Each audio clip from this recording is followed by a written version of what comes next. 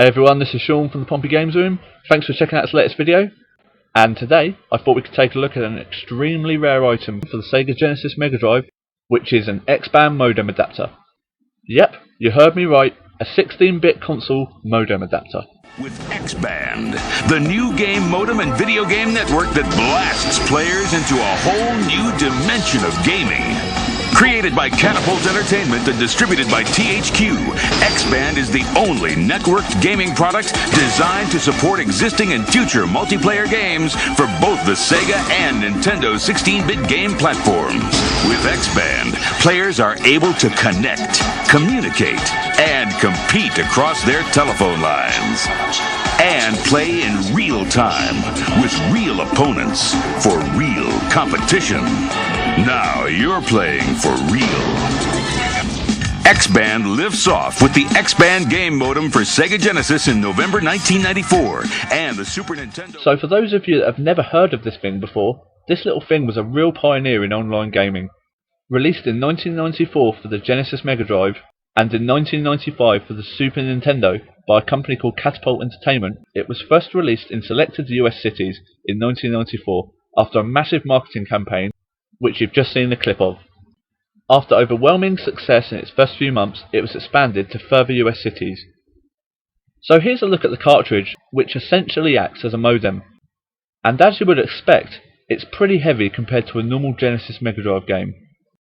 So to use this adapter, you would simply insert the XBand adapter into your system, and then insert any of the games that the system supported onto the top of it. I will run a list of these supported games along the bottom of the screen throughout this review, so you can get an idea of what sort of games were supported. So once you have the adapter in your console and the game inserted on the top of it, you would need to insert your household phone line into the top left hand corner of the adapter, much in the same way that your PC needed to be able to access the internet back in the day.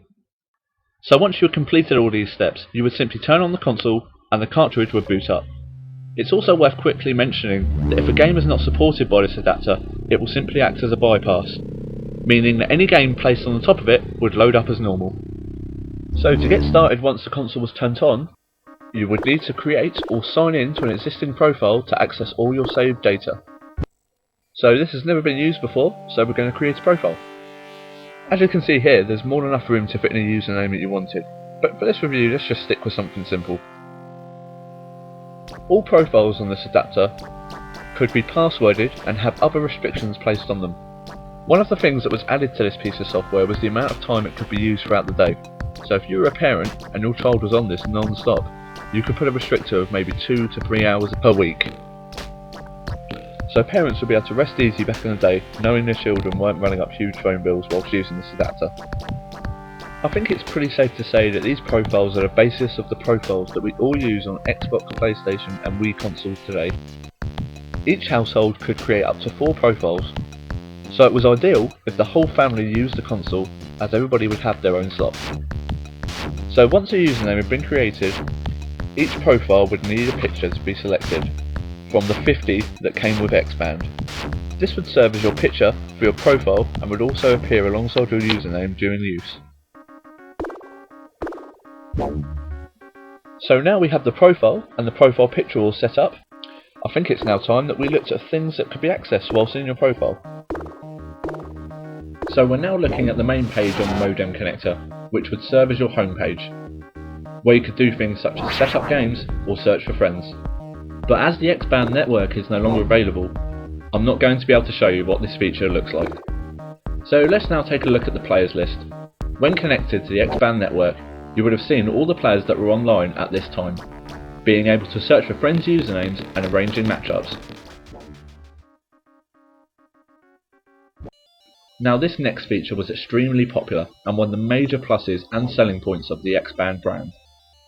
Catapult incorporated a feature called Xmail into this cartridge, which is basically a very early version of email that gave users the ability to contact friends and set up matches. This feature was limited to 10 incoming and outgoing messages per month on the lowest of the pricing bands of the monthly subscription services. You could also check out competitions and up and coming game releases by using the bandwidth tab. I suppose in a way you could compare this to the online gaming magazines that we have today, as this was a great place to get the latest tips, new releases, giveaways, music, and sports news. Developers also saw this as the best place to showcase their up-and-coming game titles, as we all need to remember that this adapter was out just before the internet became the source of information that it is today. The XBand News tab would allow you to be kept up to date with the XBand network. It would let you know everything that was going on in and around the network, from competitions to tournaments and best players. So let's now take a quick look at the remaining options and stats tabs. The options tab would allow you to check the amount of time spent on your account and also information on your price tariff. You could also personalise how challenges would be dealt with when received from others, and also other connection information. The stats screen lets you see the XBand level that you have currently achieved on each game that was supported by the adapter, much in the same way that these stats are kept on profiles set up on Xbox, PlayStation and Wii consoles today. You would only be awarded a point for a win if the game was completed. So if someone logged off in the middle of a thrashing, you wouldn't get the point, which could become pretty annoying due to the fact that these points were needed in order to match you up with an opponent of a similar level. Now you may have noticed that there's a lot of typing involved with this cartridge, and it's worth mentioning that you could actually purchase an XBand keyboard from Catapult. As briefly mentioned earlier in this review, there was a subscription service that you needed to sign up to in order to use this adapter. The cartridge itself was amazingly cheap when it was first released in 1994, as it only cost around $20. But one of the main reasons why this cartridge was so cheap was that you needed to subscribe to the XBand network in order to use this cartridge with game titles. Now there was actually leaflets in the box when you opened up the XBand adapters, and you can see a picture of one here that was actually in the box for my adapter. It's pretty weird looking at this now, knowing that this service is now obsolete, but pretty cool to have anyway. At its height, XBand had over 7,000 subscribers on price plans ranging from $4.95 for 50 connections a month within the local telephone code area. There was a second option which was more expensive, which was $9.95 per month, where users had unlimited local connections and were also eligible for exclusive competitions by developers and Catapult. The last available price plan for this network was a $3.95 per hour connection that allowed you to play nationwide. Now, considering this was a massive step in the direction of systems and equipment that we all now use to play our games, I'm surprised that this didn't have a longer lifespan, as XBand was discontinued in 1997. By March 1997, people were only able to play people in their local area due to a massive downturn in the XBand's popularity. In April of the same year, the entire network was removed due to lack of support from game developers and limited internal resources, shouldering the blame. Right then, so let's start to wrap up this video now and take a look at the actual box and everything that's in the unit and that comes with it. So obviously this is the front here, you've got the unit itself. We'll have a look at this in a minute where it lights up. I'll put it on a console and we'll turn it on quickly. It's quite a good little boxed unit, it's pretty solid cardboard, so I don't think there'll be much damage to this thing if you received it, if you bought it abroad. It's one main design really, because this was only really released in North America, so it's a Genesis standard box. I don't believe there's a Megadrive version, but there may well be somewhere in the world.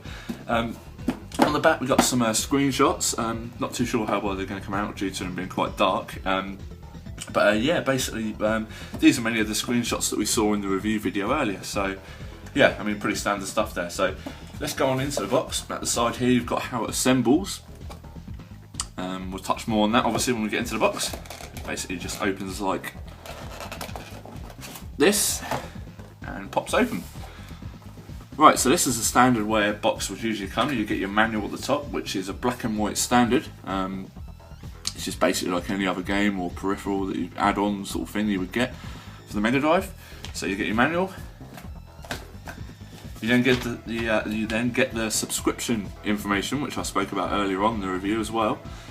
This has basically got a few offers on it and some deals that you could have. You could fill this in and send it off, and it would set you up an account. So yeah, pretty handy. It's great to have all this in the box as well, because it is proper complete, this whole thing. So And then we've got a little reference card, which is basically serves as, you know, what it can do, how to set it up. So obviously placing your game on the top of the cartridge. You've got the button configurations as well. So certain buttons in the actual unit will do certain things. They'll call up certain menus and things. So this is just a basic, quick, like taking a quick glance at everything that the unit does. So that's another standard form. Now this one is quite interesting. Obviously it's a stop notice, but it's a pretty standard thing up there, no problem at all. But down here is pretty important. Please do not attach more than 2 controllers to your Genesis based unit at any time whilst playing on XBand video game modem. Which is pretty interesting really. I never realised you couldn't actually, obviously I knew you couldn't play 2-player games, but I mean, I never realised that you couldn't actually have a second controller attached. So, I mean, it's pretty, you know, if you saw that in a box, you're going to read this obviously, so it works wonders obviously. And obviously we've got the unit itself, so obviously it comes in a bag. We'll take a quicker look at this in a minute. I'll get it out on the actual table and we'll actually put it in the console. We'll see it fire up and things, and we'll do a little review of that. But this is another thing I wanted to say. If you've watched my Mega Drive collection video, one of my first videos when I went through things and I showed you what I had for the system, you would have remembered that I went through the actual who this was created by and the fact that they all signed the inside of the box.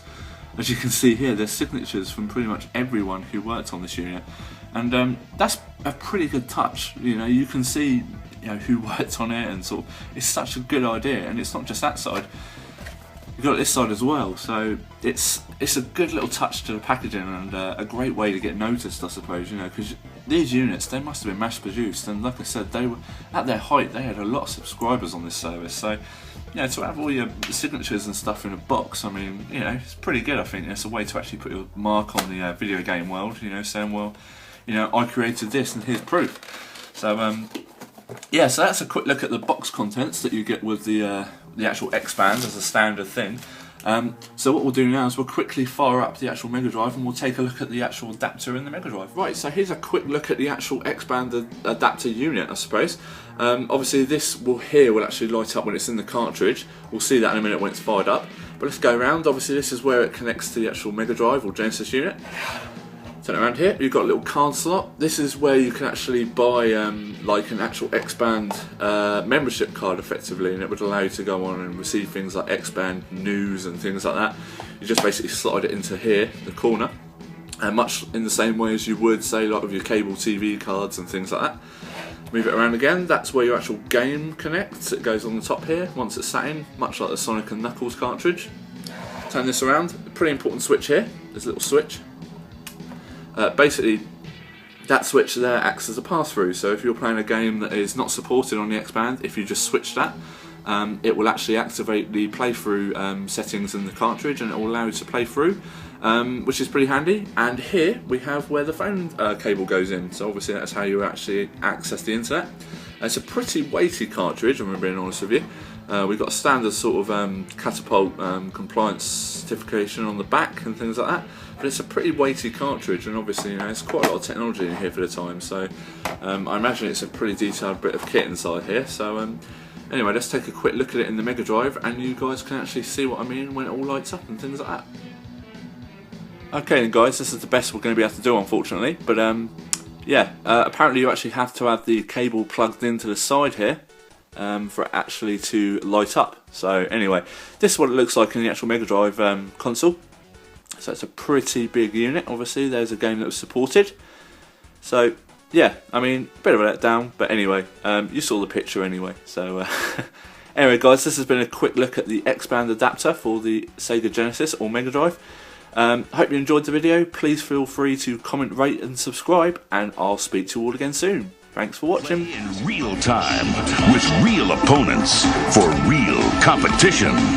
Now you're playing for real.